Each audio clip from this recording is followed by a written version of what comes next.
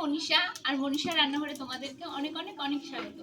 আজও চলে আসলাম নতুন একটা রেসিপি নিয়ে। তো আজকে 2 থেকে 3টে রেসিপি দেখাবো, কিন্তু এই প্রচণ্ড যে গরম পড়ে গেল হঠাৎ করে, সেই গরমে একটু তেল মশলা একটু মশলাপাতি কম খাওয়াই ভালো। তার জন্য কিন্তু মানে কোনো মশলাপাতি না, শুধু জিরে দিয়েই কয়েকটা রান্না করব, 2-3টে। তো সেগুলো তোমাদের সাথে শেয়ার করছি। তো চলো ভিডিওটা দেখা যাক, বিনা মশলার রেসিপি।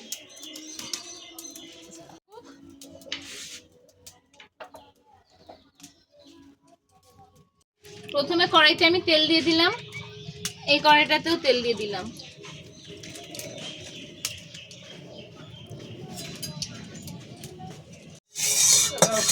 তেলটা গরম হওয়া পর্যন্ত অপেক্ষা করতে হবে।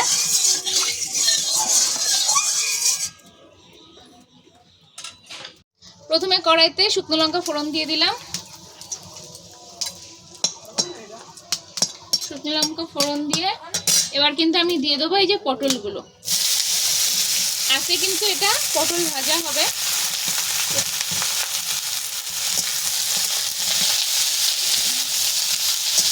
দিয়ে দিলাম লবণ আর দিয়ে দিলাম হলুদ, দিয়ে এবার কিন্তু ঢাকা দিয়ে দেবো। কিন্তু কড়াইতে শুকনো লঙ্কা দিয়ে দিলাম। শুকনো লঙ্কা দিতে দিতে দিয়ে দেবো একটু জিরে।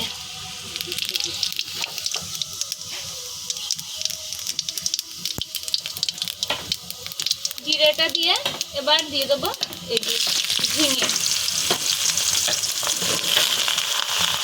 আর তার মধ্যে দিয়ে দেবো এই যে কাঁচা লঙ্কা।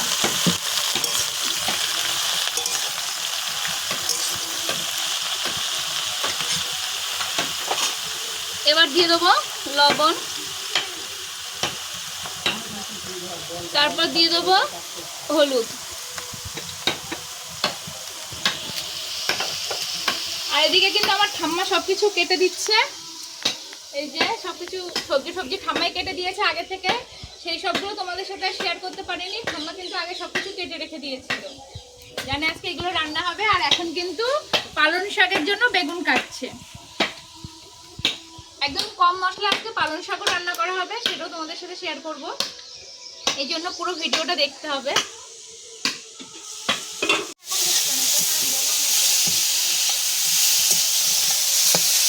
পটলটা কিন্তু ভালোই নরম হয়ে এসেছে, একটু ঢাকা দিই। এ দেখো পটলটা ওই সাইডে দিয়ে দিলাম আর ঝিঙেটা এই সাইডে দিয়ে দিলাম। কারণ কি বলতো, এটা এক্ষুনি জল বেরিয়ে যাবে অনেকটা, আর ওই সাইডে জালটা কম লাগে, যেহেতু অনেকক্ষণ টাইম লাগবে জলটা মরতে অনেকক্ষণ টাইম লাগবে। এই জন্য এই সাইডে পটল দিয়ে দিলাম আর এই সাইডে তোমার ঝিঙে দিয়ে দিলাম, আর কয়েকটা আলু কয়েকটা লঙ্কা কাঁচা লঙ্কা চিড়ে দিয়ে দেবো। এই যে পটলের মধ্যে কয়েকটা কাঁচা লঙ্কা দিয়ে দিলাম, দিয়ে এই সাইডে আস্তে আস্তে হতে থাকে। ঢাকা দিয়ে দিয়েছিলাম, পটলটা কিন্তু সেদ্ধ হয়ে গেছে, একটু লাল লাল ভাজা হবে। দেখো ঝিঙে কিন্তু ঢাকা দিলে জল বেরিয়ে যায়। ওদিকে ঠাকুমার কিন্তু বেগুন কাটা হয়ে গেছে, বেগুনটা কেটে রেখে দিয়েছে। কিছুক্ষণ ঢাকা দিয়েছিলাম, কিছুক্ষণ হলে অল্প একটুক্ষণ জল ঢাকা দিয়েছিলাম, আর দেখো জল বেরিয়ে কি অবস্থা। উনুন জোরে জ্বলছে, অবশ্য তাড়াতাড়ি কমে যাবে, জলটা টেনে যাবে তাড়াতাড়ি। দেখো কতটা জল বেরিয়ে গেছে, অনেকটা জল বেরিয়ে গেছে কিন্তু।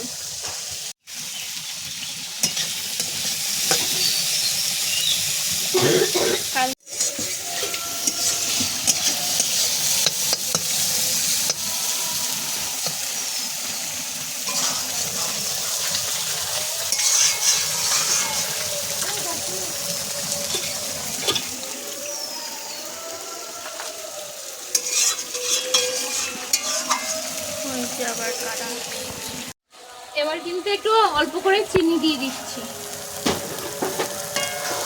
কারণ ঝিঙে পোল্লা এইসবগুলো না একটু হালকা মিষ্টি হলে ভালো লাগে, এই জন্য কিন্তু অল্প করে মিষ্টি দিয়ে দিলাম। আর এখানে কিন্তু আমার পটল ভাজাটা প্রায় হয়ে এসেছে। পটল ভাজা কিন্তু হয়ে গেছে, পটল ভাজাটা নামিয়ে নিচ্ছি। পটল ভাজা হয়ে গেছে। এবার ওই সাইডে এবার ভাতটা বসিয়ে দেবো, নাহলে প্রচুর ধোয়া হবে। আর ঝিঙেটা এরকম একটু ভেজা ভেজা রাখবো, একেবারে শুকনো করবো না। আর ঝিঙেটাও কিন্তু আবার নামিয়ে নেবো।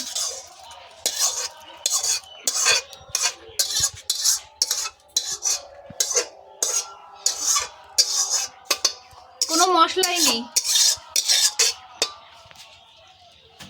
কাঁচা লঙ্কা আর শুকনো লঙ্কা ফোড়ন দিয়ে শুধু জিরে ফোড়ন দেওয়া। দেখো ঝিঙে, এই যে তেল দিয়ে দিলাম।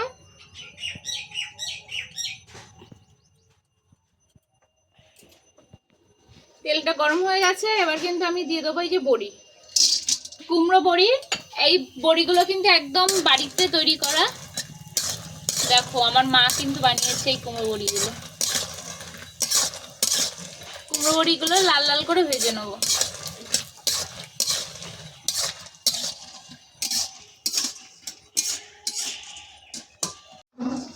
দেখো বড়িগুলো কিন্তু লাল লাল হয়ে গেছে, এবার আমি তুলে নেবো।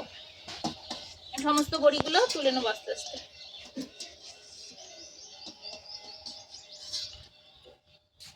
এই বাড়ির বড়ি খেতে দারুণ টেস্ট লাগে, কেনা বড়িতে কিন্তু ওরকম অতটা স্বাদ নেই, কিন্তু বাড়িতে সেই কুমড়ো বড়ির স্বাদ। এবার কড়াইতে দিয়ে দেবো শুকনো লঙ্কা আর পাঁচফোড়ন।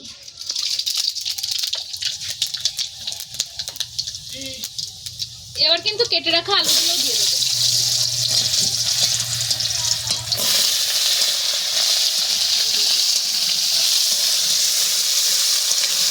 কাঁচা লঙ্কাগুলো দিয়ে দিয়েছি একবারে।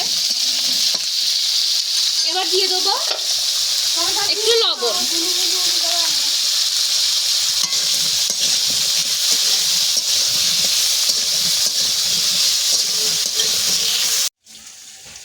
আলুগুলো একটু লাল লাল হয়ে গেছে, এবার আমি বেগুনগুলো দিয়ে দেবো।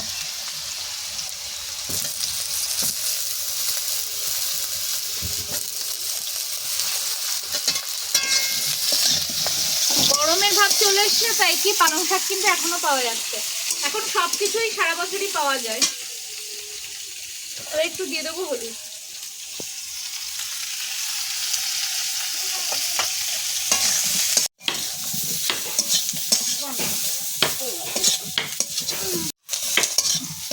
ওরা আটি শক্ত হয় না, আজকে আমি একটা কেটেছিলাম, আটি শক্ত হয়নি। এদিকে কিন্তু বেগুন আলু ভাজা হয়ে গেছে, এবার পালং শাকটা দিয়ে দেবো। এই যে পালং শাকটা দিয়ে দিলাম। আর আমার ঠাম্মা এদিকে আম কাটছে। এখন কিন্তু 12 মাসই আম পাওয়া যায়। আর দেখো আটি এখনো কিন্তু শক্ত হয়নি, কিন্তু আম কিন্তু বড় হয়ে গেছে। ওরে মা বলো একটু, তুমি কাটছো কিছু বলো। আটি শক্ত হয়নি, ওদিকে তাকিয়ে বলো। আটি শক্ত হয়নি, কাটছিলাম বড়ই ছোট আম।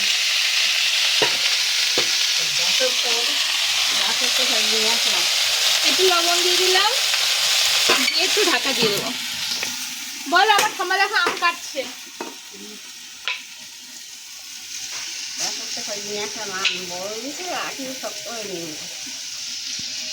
এখন আটি শক্ত হয়নি।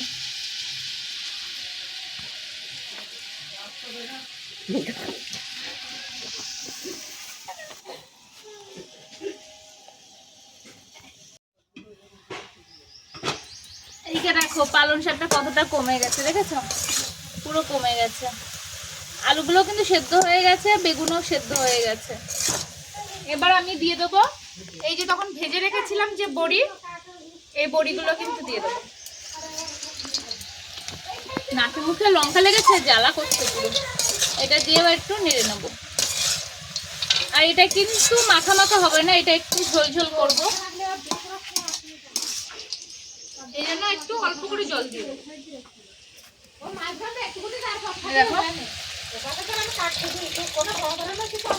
অল্প করে জল দিয়ে দিলাম। জল দিয়ে কিন্তু এবার ঢাকা দিয়ে দেবো। এবার ফুটে উঠলে একটু ঢাকা দিয়ে দেবো। পালং শাকটা ঢাকা দিয়ে দিয়েছিলাম, ঢাকাটা খুলে দিলাম। দেখো সেদ্ধ হয়ে গেছে, আর একটু এরকম করে ঘেটে দেবো।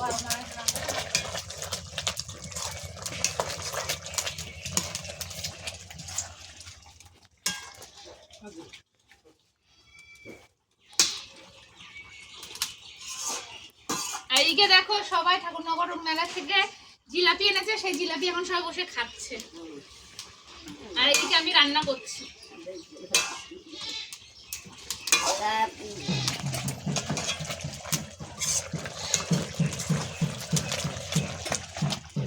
ঢাকাটা খুলে দিলাম, এবার কিন্তু অল্প মিষ্টি দিয়ে দিলাম, দিয়ে আবারও কিন্তু নেড়ে চুড়ে দেবো। দেখো এটা কিন্তু খুব শুকনো হবে না, ও খুব মানে যে ঝোল রাখবো সেটাও না,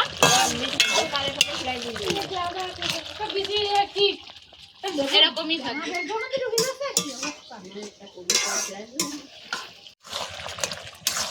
হয়ে গেছে পালং শাক, এবার কিন্তু আমি নামিয়ে নেবো। এবার কিন্তু নামিয়ে নেবো। এই যে নিরামিষ পালং শাক।